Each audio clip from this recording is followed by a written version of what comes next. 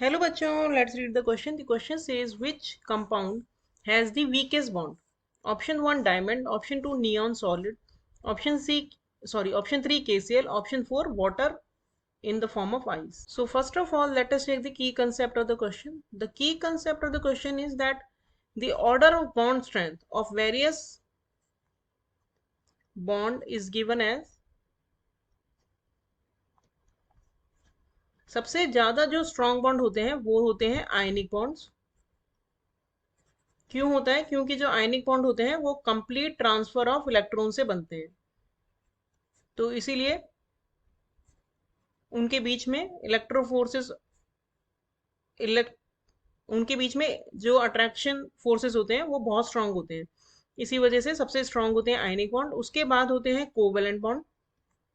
Covalent bond जो होते हैं वो शेयरिंग ऑफ इलेक्ट्रॉन से बनते हैं और कंपैरेटिवली उनमें जो पोलैरिटी होती है वो लेसर होती है as compared to ionic bond. क्योंकि जो आयनिक बॉन्ड होते हैं वो कंप्लीट ट्रांसफर से बन रहे हैं, तो उनके तो सारे चार्ज ही होंगे आयंस या पॉजिटिव या नेगेटिव फॉर्म में, लेकिन कोवेलेंट बॉन्ड में depending on the electronegativity he polarity होती है, और जितनी ज्यादा पोलैरिटी होता है उतना ही ज्यादा स्ट्रॉन्ग बॉन्ड होता है। उसके बाद जो बॉन्ड्स होते हैं वो होते हैं हाइड्रोजन बॉन्ड्स। क्यों होते हैं हाइड्रोजन बॉन्ड्स? क्योंकि हाइड्रोजन बॉन्ड में जो कंपाउंड्स में इलेक्ट्रोनेगेटिव एटम्स होते हैं, जैसे फ्लोरीन, ऑक्सीजन और नाइट्रोजन, वो बनाते हैं bonds with the hydrogen of next atom. दूसरे जो एटम है, दूसरा जो मॉलिक्यूल है उसमें जो एच एटम्स होंगे वो एक और मॉलिक्यूल के एफ एटम या ओ एटम के साथ अट्रैक्शन के थ्रू जुड़ा हुआ होता है। तो इसके ऊपर पार्शियल नेगेटिव चार्ज होगा और इसके ऊपर पार्शियल पॉजिटिव चार्ज होगा। इनके बीच में जो अट्रैक्शन होता है वो हाइड्रोजन बॉन्ड होता है। तो क्योंकि इसमें पोलैरिटी है कंपैरेटिवली, तो it comes on the third number. इसके बाद इससे कम जो स्ट्रॉन्गर बॉन्ड्स होते हैं वो होते हैं डाइपल डाइपल। डाइपल डाइपल में क्या होता है कि जो ये क्यों अराइज होते हैं, ये अराइज होते हैं due to the polarity of the bonds. तो इसमें जो मॉलिक्यूल्स होते हैं वो डाइपल बनाते हैं और उन दोनों डाइपल्स के बीच में कुछ अट्रैक्शन की वजह से डाइपल डाइपल बॉन्ड्स बनते हैं। तो इनकी जो पोलैरिटी होती है लेसर होती है as compared to hydrogen bond, तो ये कम स्ट्रॉन्गर होते हैं। और सबसे लीस्ट स्ट्रॉन्गर होते हैं वॉन्डरवॉल्स फोर्सेस ऑफ अट्रैक्शन, बिकॉज ये जो फोर्सेस ऑफ अट्रैक्शन होते हैं ये होते हैं नॉन पोलर मॉलिक्यूल्स के बीच में, जैसे कि इनर्ट गैसेस वगैरह के बीच में वॉन्डरवॉल फोर्सेस पाए जाते हैं।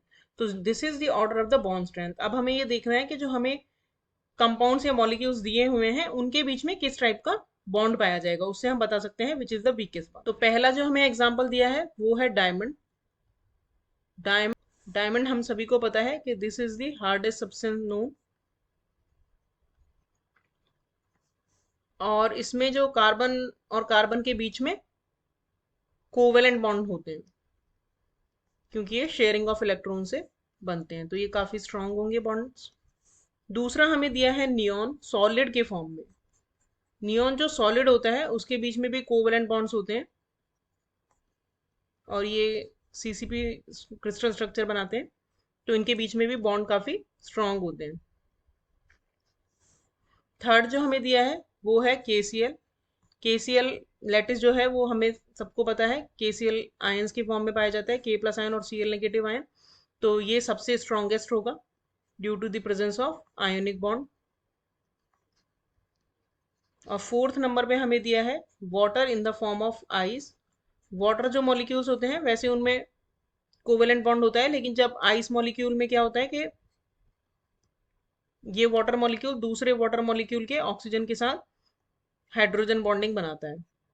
सो इस तरह से जो मॉलिक्यूल्स होते हैं वो टेट्राहेड्रली घिरे हुए होते हैं अलग और चार वाटर मॉलिक्यूल से due to the presence of hydrogen bonding. तो आइस में अगर हम देखें तो मेजर जो बॉन्डिंग है वो हाइड्रोजन बॉन्डिंग है, इसीलिए ये जो होता है वो वीकेस्ट बॉन्ड होता है और चारों के कंपैरिजन में। और जो तीन मॉलिक्यूल्स हमें और दिए हैं उनके कंपैरिजन में ये वीकेस्ट बॉन्ड होता है। तो हमारा जो करेक्ट ऑप्शन हो गया वो हो गया option 4। So hope you understood the solution well. Thank you.